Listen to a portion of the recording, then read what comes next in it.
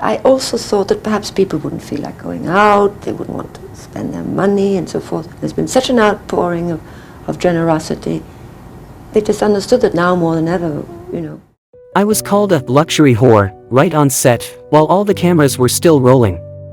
And just a few minutes later, I heard something even worse: take off your dress, or get out of Hollywood.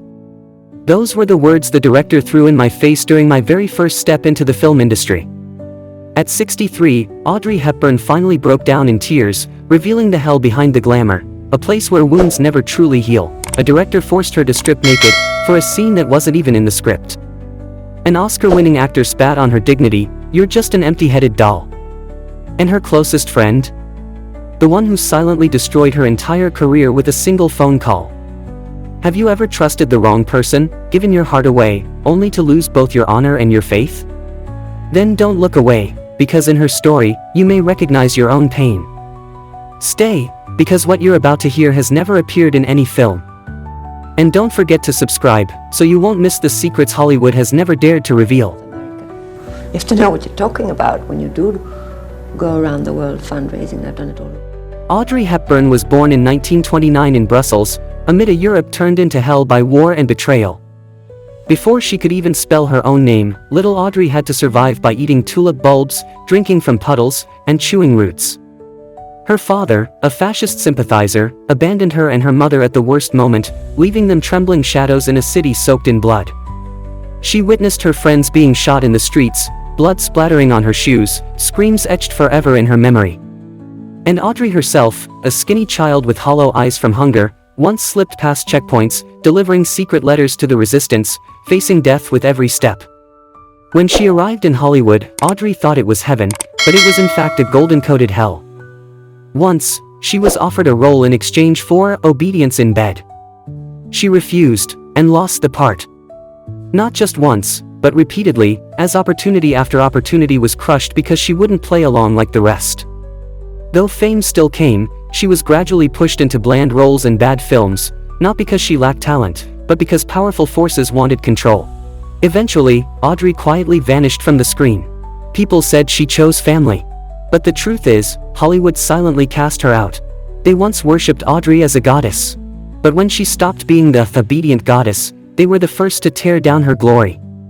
3 directors, 3 wounds that never healed. 1 raised her to stardom, then turned away when she refused his bed. 1 publicly humiliated her on set: "You're beautiful, but empty," and 1, a friend, a soulmate, betrayed her to the press just to secure a blockbuster directing job.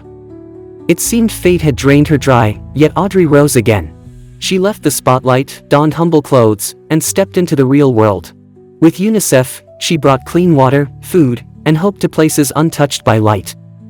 In the end, Audrey Hepburn passed away in her family's embrace, but she took with her the secrets Hollywood tried to bury. So who lifted her up only to cast her down?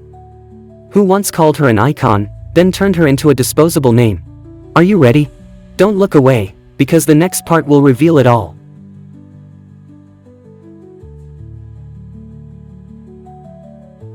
William Wyler, the cinematic genius and most powerful director of the 1950s, was the first to place Audrey Hepburn on Hollywood's throne. With Roman Holiday, he didn't just turn a Belgian girl into an Oscar-winning star, he planted something deeper than gratitude in Audrey: trust. But that trust was soon suffocated by the very hand that once offered her opportunity. During a private meeting at a hotel after the film's success, Wyler said he wanted to discuss a new script. The room was dark. No assistants. No contracts. Just a draft and a stare sharp as a knife. "You get the role, if you stay the night." Audrey didn't scream. She simply stood up and walked out, carrying her dignity, leaving behind every ounce of trust she had once placed in her supposed mentor. The next morning, the role was given to someone else. And gradually, doors began to close. Calls went unanswered. Producers turned away. Audrey was pushed to the sidelines without explanation. No one said it, but all of Hollywood understood. She had refused a king. They didn't need to destroy her. All they had to do was starve her of roles. A woman once praised for her gentle gaze was now branded difficult, cold as ice. One producer sneered, "Hollywood doesn't need goddesses. We need obedient dolls." Audrey didn't reply. She simply wrote in her diary, "If I have to sleep to act, I will never face a camera again." Months later, at a grand party, William Wyler told the press, "She has no fire. A pretty face can't hold the screen." That statement became the final bullet, piercing through the image Audrey had built. Years later, when asked about the first man who made her consider quitting cinema, Audrey coldly replied with just 3 words: script and bed. If the one who held your hand into the spotlight turns out to be the one who buries you in darkness, would you stay silent or speak up? Stay with us, because the second man didn't invite her to a hotel. He did it right on set, in front of 50 watching eyes, with the cameras still rolling.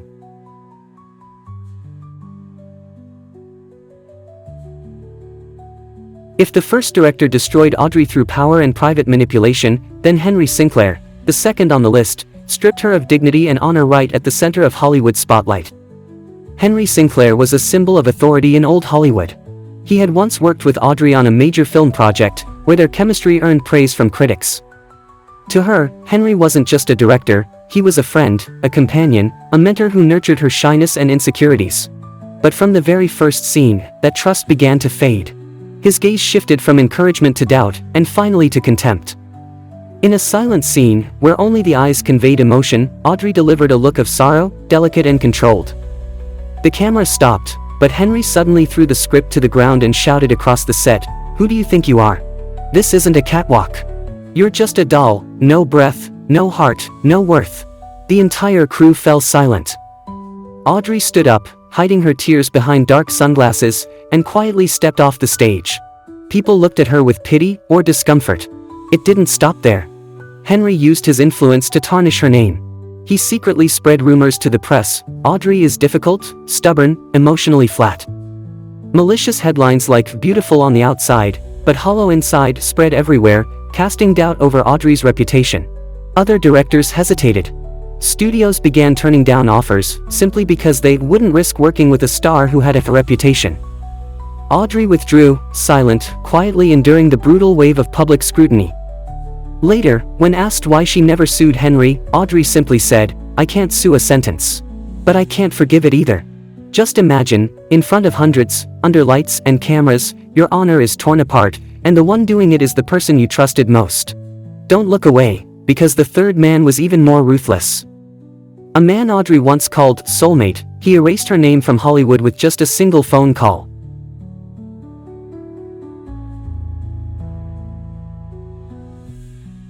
George Cukor, one of the most legendary directors of 20th century Hollywood, was a name behind countless cinematic masterpieces. He had worked with icons like Audrey Hepburn, Judy Garland, and, of course, Audrey Hepburn. In 1964, when Cukor was chosen to direct My Fair Lady, the producers initially planned to cast Julie Andrews, who had already made the role of Eliza Doolittle famous on Broadway.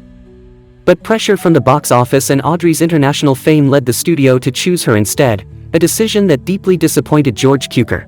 From the first day on set, Audrey could feel the coldness. No encouraging looks, no warm greetings. George Cukor remained professional, but kept an oddly cruel distance from her. Directions were passed through assistants, rarely spoken directly. After filming long, emotional scenes, all she received was a brief nod, no feedback, no support. Audrey, once called the light of the camera by William Wyler, was now seen as a shadow. What hurt her most wasn't public humiliation or shouting, but the deliberate absence. Cukor never openly tore her down, he simply did nothing. No encouragement, no protection from criticism, no defense when tabloids attacked her voice and called her the wrong choice. The cruelest blow came when Audrey's singing parts were replaced by Marni Nixon's vocals, without her knowledge. She only found out when the first trailer aired. George Cukor said nothing. No explanation, no support. The public was divided. Some accused Audrey, beautiful but not talented, a box office star who can't sing. Others defended her. But George, the one who knew the truth, stayed silent. And that silence stripped Audrey of her voice. The film was a massive success, winning 8 Oscars. But Audrey wasn't nominated. Critics claimed she lacked depth. George Cukor accepted his Oscar without mentioning her. Not a single thank you to the lead actress, as if she had never existed. Years later, when asked by a journalist, "Has anyone ever made you feel completely invisible?" Audrey was silent for a long time before replying, "He didn't have to do anything. He just had to say nothing, and I disappeared." Some wounds are caused by knives, others by the silence of someone you once called a friend. Have you ever been abandoned by the one you trusted most, right when you needed them? If you have, you'll understand why Audrey never mentioned his name, and why that silence became her deepest scar. And now, it's time to look back at all three men, the three who turned an icon into a living wound.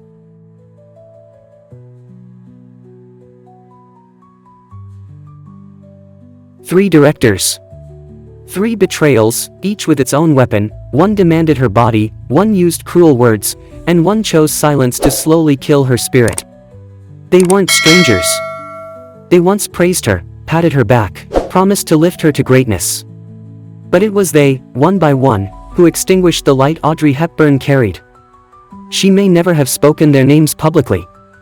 But through every cut roll, every headline dripping with scorn, every night she wept alone in a hospital room, she told the story in the only way she could, through her silence. The girl who once ate tulip bulbs to survive, now had to swallow her tears just to hold on to her last shred of dignity in Hollywood. Audrey didn't speak to gain pity.